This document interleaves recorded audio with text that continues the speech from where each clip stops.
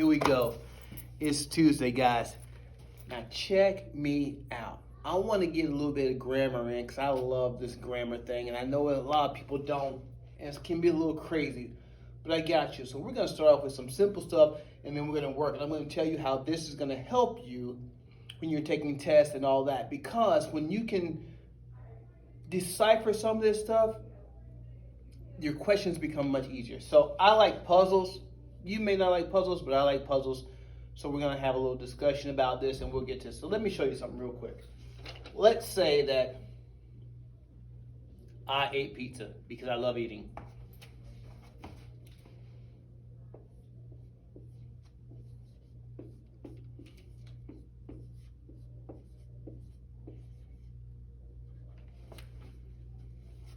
I ate pizza.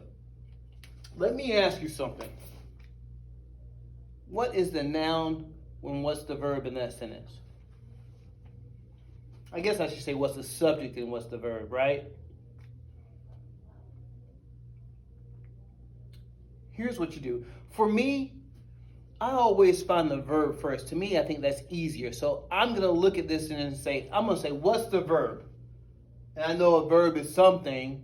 An action verb is something that I can do. I'm going to say ate is my verb. And then I'm going to ask myself a question. Who or what ate? All right?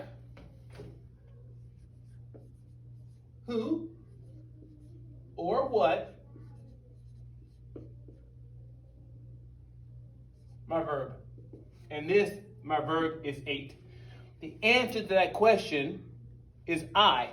I ate. Right?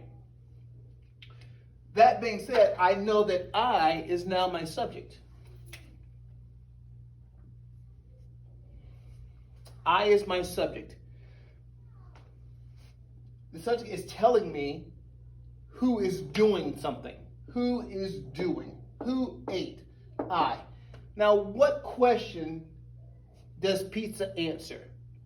What question does pizza answer? So, this is what's being done. Ate. Who ate? Subject. That tells me who did, right? So I want to know, what question does that answer? Answer is I ate what? Right? That answers the question of what? I ate what? This is called your direct object. You don't always have to have direct object depending on your verb, but you're going to have a subject, a verb, an action verb. If you have an action verb, most of the time you're going to have a direct object. And we'll talk about that. I want you to know that you can do this. What if I gave you this? Ouch. I ran into the table.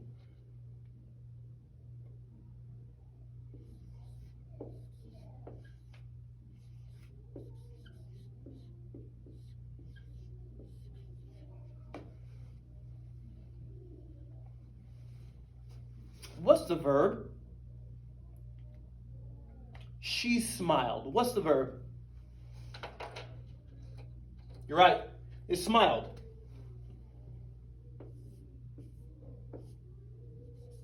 So now you ask yourself a question. What question do you ask yourself? Who or what?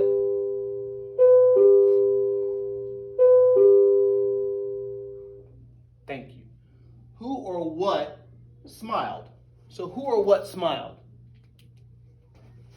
She. So that tells me that she is my subject.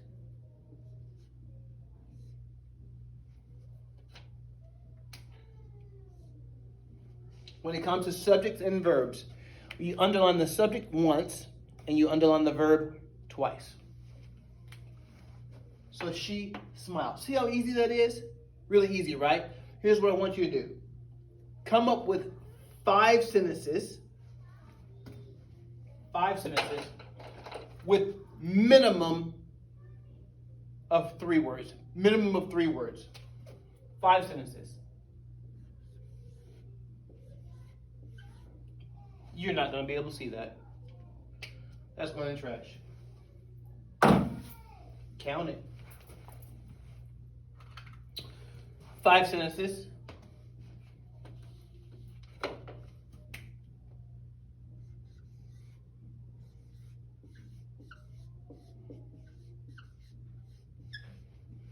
With a minimum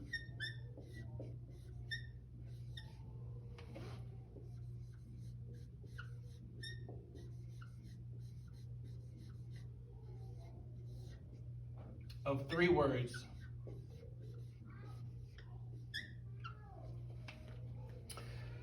And once you have those sentences, I want you to tell me the subject and the verb. Remember, we always find the verb first is easier. You're going to underline the verb twice and underline the subject once.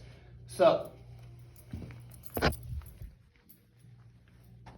just in case you couldn't see that before, the first sentence, I ate pizza. The verb is ate. I underline it twice. And then I ask myself a question. Who or what ate?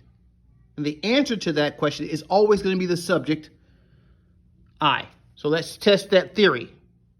We'll come back to the direct object in a minute. She smiled. She smiled. What's the verb? Smiled. Who or what smiled? She. That's the subject. The subject always answers the question, who or what verb. All right? So again, you're going to do 5 sentences. Flip it. 5 sentences with a minimum of 3 words. You're going to underline the verb twice and the subject once. And we'll discuss it in class. All right? Along with that, we have some other things that we're going to do. I can't switch it around. Along with that, you're going to finish your research. Got to finish that research. It's so majorly important. You got to finish your research, and we're going to talk about summarizing and paraphrasing. So a summary is something like you give me the highlights of your favorite show, your favorite movie. You give me the highlights. This happened, this happened, this happened. Of course, it's not going to take you as long as the whole movie. You're not going to spend an hour and a half telling me about the movie. You're just going to give me the highlights. That's a summary. A paraphrase is different. A paraphrase is you're going to take my ideas. If I wrote something down, you're going to take my ideas, put them into your words, but the length is going to be about the same. All right? So if I write a paragraph, you're going to take my ideas, put them in your words, and give me credit because they're my ideas, right? Just like if you had something, you would want me stealing that, I would have to say, so-and-so told me, or so-and-so said, all right? So my ideas, you just take that and you put it into your words. We got a couple slides that I'm going to show you about that you're going to see on your Google Classroom. But today, do your 5 sentences, 3 words minimum, underline the verb twice, the subject once, check out the summarizing and the paraphrasing slides. Yeah. Make sure that you're doing your research for your research project, which is going to be due when? Yeah. Gotta get it done. All right, guys. Peace.